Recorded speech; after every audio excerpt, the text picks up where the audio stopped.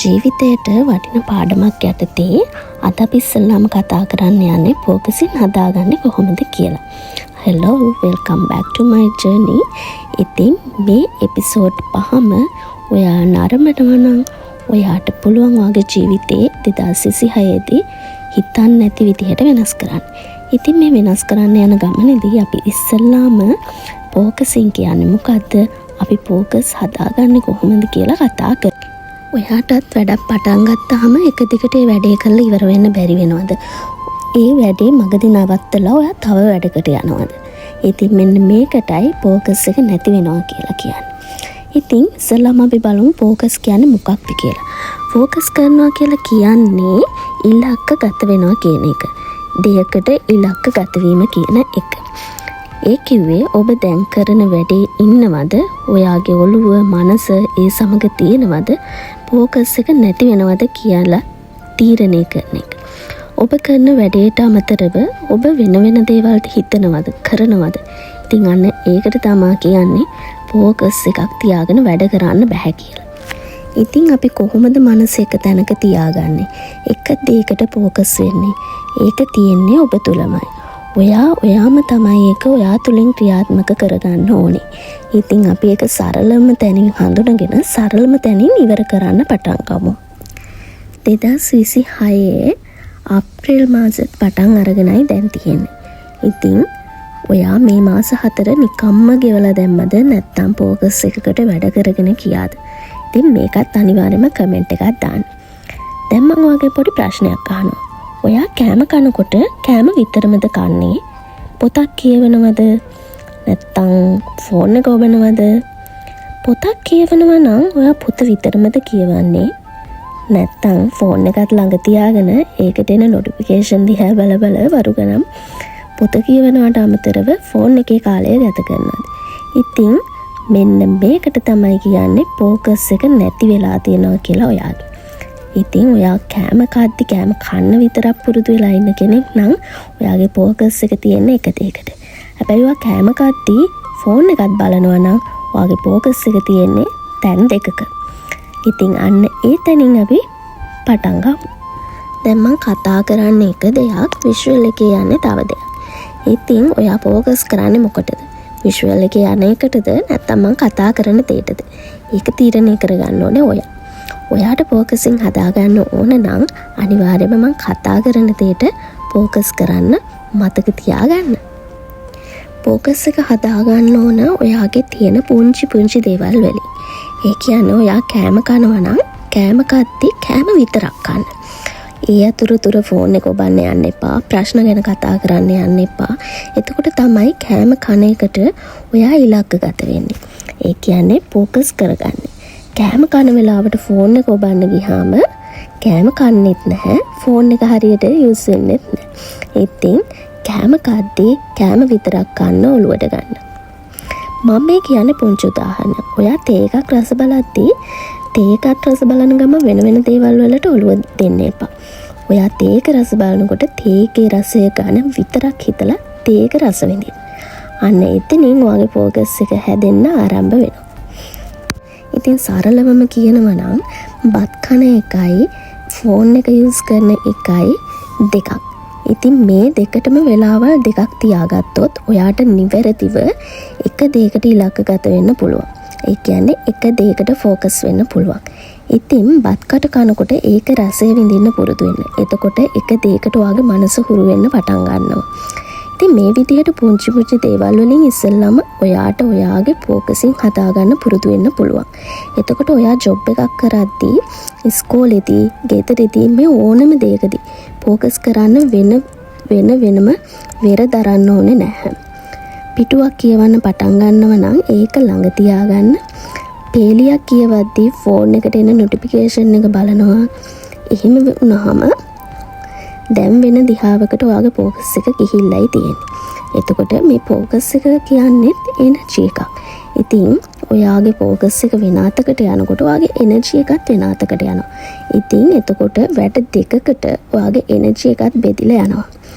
එතකොට අර දේ හරියට වෙන්නේ නැහැ, අනිත් දේ හරියට වෙන්නේ නැහැ. ඉතින් වාදයක් පටන් ගද්දී ඔයාට තියෙන ඔප්ෂන් අඩු කරගන්න පුරුදු වෙන්න. අන්න එතකොට ඔයා කරන දෙයට නියම ફોකස් එක යොදා ගන්න පුළුවන්. ඔප්ෂන් අඩු කරගන්නවා කියලා කියන්නේ ඔයා පොතක් කියවන්න යනවා නම් ඔයාගේ ෆෝන් එක අරගෙන යන්න එපා. ෆෝන් එක එක්ක සයිලන්ට් කරන්න. නැත්නම් ඔයා ඉලක්ක කරගන්න මම මේ පොතේ පිටු 10ක් කියවනකම් මම මගේ ෆෝන් එක අල්ලන්නේ නැහැ කියලා. හිතන්නකෝ ඔයා දැන් ඉන්න සිම්පල් ජොබ් එකක. හැබැයි ඔයා රට යන්න හිතාගෙන ඉන්නවා මේ අවුරුද්දේ අග වෙනකොට. ඉතින් ඔයා මේ දැන් කරන ජොබ් එකේ ප්‍රොමෝෂන් එක ගැන හිත රට යන්නත් ફોකස් එක දෙනවා නම් එතන ફોකස් දෙකක්. එතකොට ඔයාගේ එනර්ජි එක නිකම්ම අර ફોකස් දෙකටම යොමු වෙලා නිකන් ආස්ති වෙනවා. ඉතින් ওই දෙකෙන් එකක්වත් ඔයාට කරගන්න වෙන්නේ නැහැ. ඉතින් ඔයා රට යන්න හිතනවා නම් ජොබ් එකේ ප්‍රොමෝෂන් එක ගැන පැත්තකින් තියලා රට යන්න එකට ફોකස් කරන්න. එතකොට ඔයාට ඉබේම ફોකසින් හදාගන්න පුළුවන් වෙනවා. අපි හැමෝම මිනිස්සුනේ. ඉතින් අපිට දේවල් ගොඩාක් ඔළුවට එනවා. එක දෙයක් කරන්න පටන් ගන්නකොට තව දේවල් 10ක් ඔළුවෙත් පුරව ගන්නවා.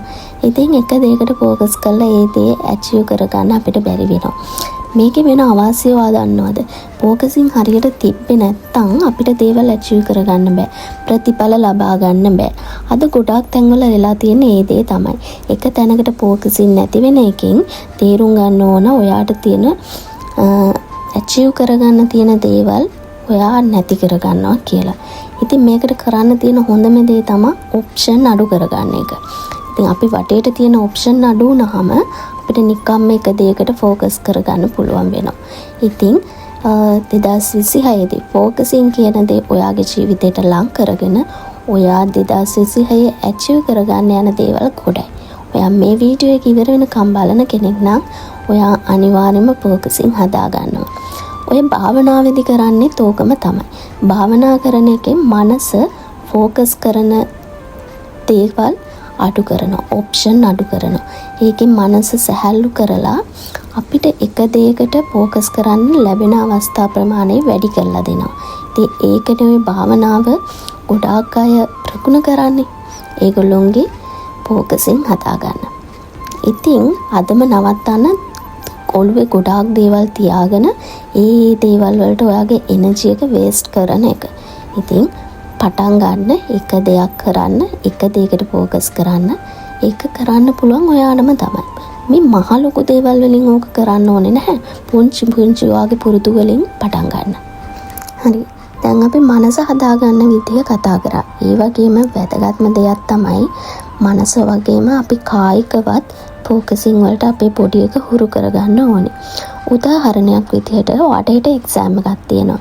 හැබැයි ඔයා අද රෑ පුළුවන් තරම් නිදි මරාගෙන පාඩම් කරනවා. හැබැයි ඔයාගේ මනස ready for exam tomorrow but ඔයාගේ බොඩි එක ready නැහැ. මොකද බොඩි එකට ගොඩක් tired.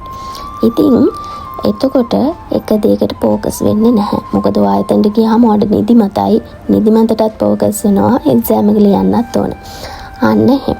ඉතින් හොඳ නිින්දක් කියන්නේ ફોකසින් වලට ඉතාම වැදගත් දෙයක්.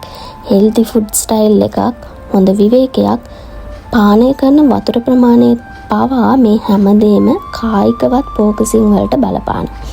ඉතින් මේ දේවල් හරියට තේරුම් අරගෙන එක දෙයකට ફોකස් කරලා ඔයාව දිනවන්න ඔයා හිතට ගන්න ඕනේ.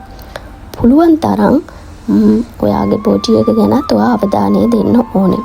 හොඳ නිින්දක්, අපි ගන්න ආහාර, එතකොට හොඳ විවේකයක්, වතුර පානය කරන එක, මේ සියලුම දේ ගැන හොඳ අවධානයක් දෙන්න ඕන. ඉතින් මේ දේවල් ඔක්කොම එකතු කරගෙන ඔයාට පුළුවන් ඔයාගේ ජීවිතේ 2026 දී දිනවන්න. ඔයාට සාර්ථක ජීවිතයක් 2026 දී ලබා ගන්න ඕන නම් ඉස්සෙල්ලාම කරන්න ඕන දේ තමයි ફોකසින් හදාගන්න එක. එහෙනම් තවත් ජීවිතයට වටින පාඩමක් යටතේ එපිසෝඩ් 4ක් තියෙනවා. ඔයගොල්ලන්ට අරගෙන එන්න. ටිකටම මාත් එක්ක රැඳිලා ඉන්න කියලා ආදරෙන් ඉල්ලනවා. එතකම් පරිස්සමෙන් සතුටින් ඉන්න. මතක තියලා subscribe කරගෙන යන්නත් අමතක කරන්න එපා. එතකොට ඔයාට අර එපිසෝඩ් 4 මිස් වෙන එකක් නැහැ. එහෙනම් අදට මම ගිහින් එන්නම්. සතුටින් පරිස්සමෙන් ඉන්න.